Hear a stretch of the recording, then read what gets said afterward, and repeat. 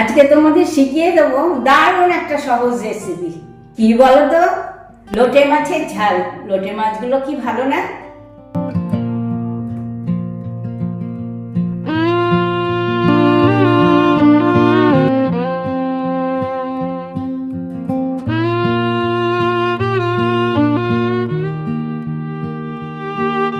গরম ভাতের সাথে জমে যায় লোটে মাছের ঝাল। আমি আজকে যেইভাবে শিখিয়ে দেব একবার ট্রাই করো, 5 মিনিটে হয়ে যাবে। তোমরা তো জানো সহজ পদ্ধতিতে সুন্দর রান্না মানেই মুখার্জি কাকিমা।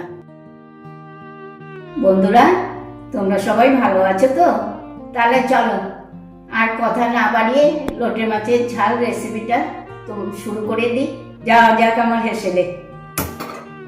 বসিয়ে দিচ্ছি একটা কড়া গরম হতে। কড়াটা গরম হতেই দিয়ে নিচ্ছি খানিকটা সরষের তেল।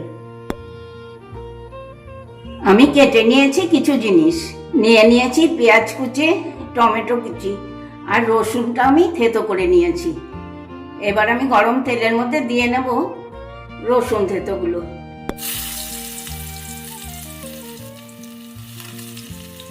এবার দিয়ে নিচ্ছি পেঁয়াজ আর টমেটোগুলো ভেজে নেওয়ার জন্য।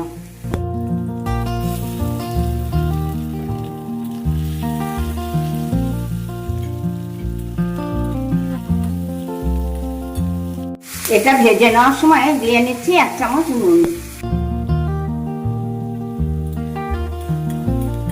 এই দেখো, এগুলো আমার অনেকটাই ভাজা হয়ে গিয়েছে। এই সময় আমি খুব সামান্য একটু জল দিয়ে নেব। এবার দিয়ে নিচ্ছি 1 চামচ হলুদ গুঁড়ো, দেব 1 চামচ লাল লঙ্কার গুঁড়ো, 1 চামচ কাঁচা লঙ্কা বাটা, দিচ্ছি অল্প করে একটু আদা বাটা। এবার এটাকে আমি খুব ভালো করে কষিয়ে নেব।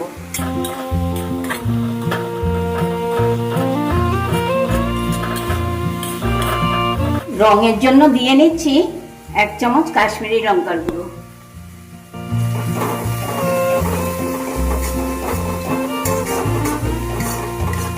এই দেখো, এটা আমার কষানো হয়ে গিয়েছে আর কেমন তেল ছাড়তে শুরু করে দিয়েছি। এই সময় আমি দিয়ে নেব 700 গ্রাম লোটে মাছ। এটাকে আমি ওপরে সুন্দর করে পেতে দেব।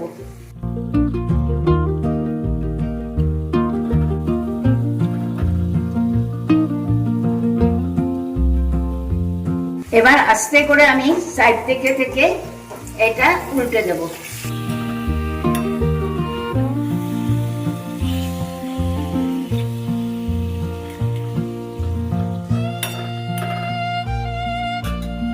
আর বেশি নাড়াচাড়া করব না, খুব নরম মাছ একদম, নালে পুরোই ভেঙে যাবে।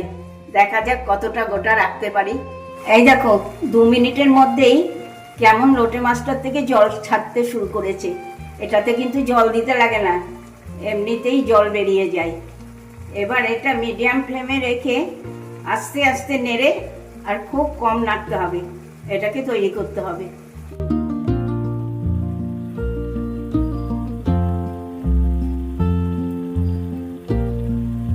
মাঝে মধ্যে জাস্ট একটু নেড়ে দিতে হবে।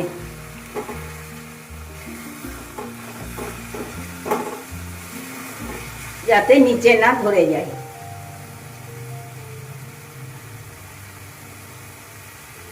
5 মিনিট পর ফিরে এলাম। হয়ে গেল আমার লোটে মাছের ঝাল। কি তাড়াতাড়ি হয়ে যায় না? এবার আমি এগুলোকে একটা পাত্রে নিয়ে নেব। কি বন্ধুরা, কত কম সময়ে বানিয়ে ফেললাম না এই লোটে মাছের ঝাল।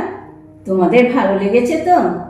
যদি ভালো লেগে থাকে তাহলে ফেসবুক, ইউটিউবে একটা লাইক, একটু কমেন্ট করে আমাকে জানিও। সঙ্গে শেয়ার করবে তো? ভুলে যাওনি নিশ্চয়ই মুখার্জি কিচেনকে। তাহলে আজকে আসি, টাটা, বাই বাই। তোমরা সবাই ভালো থেকো, সুস্থ থেকো। নেক্সট দিন আবার চলে আসবো নতুন নতুন রেসিপি নিয়ে।